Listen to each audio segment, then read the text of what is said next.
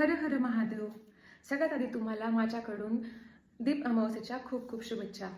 काल माझ्या आईने मला सांगितलं की उद्या दीप अमावस्या आहे, तर तू दिव्यांची छान पूजा करून त्यांना नैवेद्य दाखवणार आहे ना. म्हटलं की अगं मम्मी मला वेळ मिळेल का, आणि मी नाही केली तर नाही चालणार का. मग माझी मम्मी म्हटली की अगं तुम्हाला लहानपणापासून तर पूजा करताना बघतेच आहे ना, मग तुला कहाणी नाही माहिती का. जर तू ही पूजा नाही केली तर तुझ्या घरचा दिवा पण जाऊन बाकीच्या दिव्यांना सांगेल की आमच्या सूनबाईने तर माझी पूजा नाही केली आणि मला नैवेद्य पण नाही दिला, तुला तसं हवं आहे का. मग मी म्हटलं की अगं तू असं काय बोलतेस, असं कसं काय दिवे एकमेकांना भेटतील. माझी आई हसली आणि मला छान अशी पौराणिक कथा सांगितली. तसं ही कथा मला लहानपणी माहिती होती, पण जराने मी ती कथा विसरली. आणि माझ्यासारखे असे बरेच यंगस्टर्स असतील की त्यांना पण ही कथा माहिती नसेल किंवा माहीत असतानाही ती विसर झाला असेल त्यांना, त्यांच्यासाठी मी घेऊन येत आहे एक छोटीशी आपली धार्मिक पौराणिक कथा. तर चला मग सुरुवात करूया दिव्यांच्या अवसेच्या कथेला. ऐका दीपकांनो, एक आटपाट नगर होते. तिथे एक राजा राहत होता. राजाला होती एक सून. सुनेने काय केलं बरं, एक दिवस सगळं जेवण एकटीने संपवून टाकलं आणि घाबरून भीतीच्या पोटी तिने काय केलं, तो आळ टाकला उंदरांवर. उंदरांनी विचार केला की आपण तर निर्दोष होतो, तरी पण सुनेने आपल्याला फसवलं, आता हिचा सूड घ्यायचा बरं का.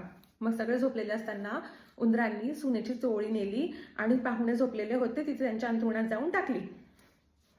सकाळ झाली आणि सुनेची फार फजिती झाली. सासू दीर नंदांनी तिची खूप निंदा केली आणि तिला घरातून हाकलून दिलं. त्या सुनेचा एक नियम होता, ती रोज सकाळी दिवे स्वच्छ घासायची, तेलवात करायची आणि दीप अवसेला दिव्यांना छान असा नैवेद्य द्यायची. पण सून गेल्यापासून दिव्यांची पूजा नैवेद्य सगळंच बंद झालं. मग पुढच्या दीप अमावस्येला राजा शिकारीहून परत येत होता आणि विश्रांतीसाठी एका झाडाखाली बसला. तर त्याच्या दृष्टीस एक चमत्कार दिसला. त्याला दिसलं की गावातले सगळे दिवे अदृश्य रूप धारण करून झाडावर आलेत आणि एकमेकांची विचारपूस करत आहेत. दिवे एकमेकांना विचारत होते की तुझ्या घरी आज तुला काय नैवेद्य मिळालं, कशी पूजा केली. सगळ्या दिव्यांनी राजाच्या घरच्या दिव्याची चौकशी केली. त्यावेळेस तो दिवा म्हणू लागला, अरे बाबा तुम्हाला मी काय सांगू, यावेळेस माझ्यासारखा दुर्दैवी तर कोणीच नाही. राजाच्या घरचा दिवा असल्यामुळे मी मुख्य दिवामुळे माझा खूप थाटामाटात छान पूजा व्हायची, मला छान नैवेद्य मिळायचा.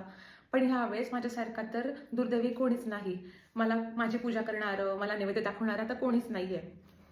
मग बाकीचे दिवे म्हणतात की असं का रे, काय झालं. मग दिवा म्हणतो, अरे बाबा काय सांगू तुम्हाला, राजाला एक सून होती. ती सुनेने चोरून अन्न खाल्लं, एकटीने अन्न संपवलं आणि घाबरून दोष येऊ नये म्हणून उंदरांवर आरोप टाकला. उंदराने तिचा सूड घ्यायचा म्हणून तिची चोळी पाहुण्यांच्या अंथरुणात नेऊन टाकली आणि तिची फजिती झाली. सासू दिराने तिची निंदा केली आणि तिला घराबाहेर काढलं.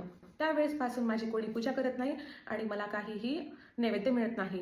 पण ती सून मात्र माझी खूप पूजा करायची, मनोभावे पूजा करून मला छान असा नैवेद्य द्यायची. मग दिवा असं म्हणतो की ती सून जिथे कुठे असेल तिथे सुखात आणि खुशाल असो आणि असा आशीर्वाद देतो. हे सगळं राजा ऐकत होता. मग राजाची खात्री झाली की आपल्या सुनेचा काहीही अपराध नव्हता.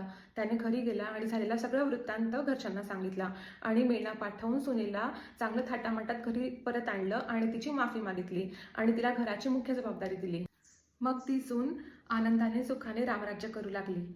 तर जसं तिला दीपक पावला, तिच्यावरचा खोटा टळला आणि ती सुखाने नांदू लागली, तसंच माझ्यावरचं आणि तुमच्यावरचंही संकट टळो आणि आपल्यालाही दीप अमावस्या चांगली फळासे हो. तर ही 60 उत्तरांची कहाणी 5 उत्तरा सुफळ संपूर्ण झाली.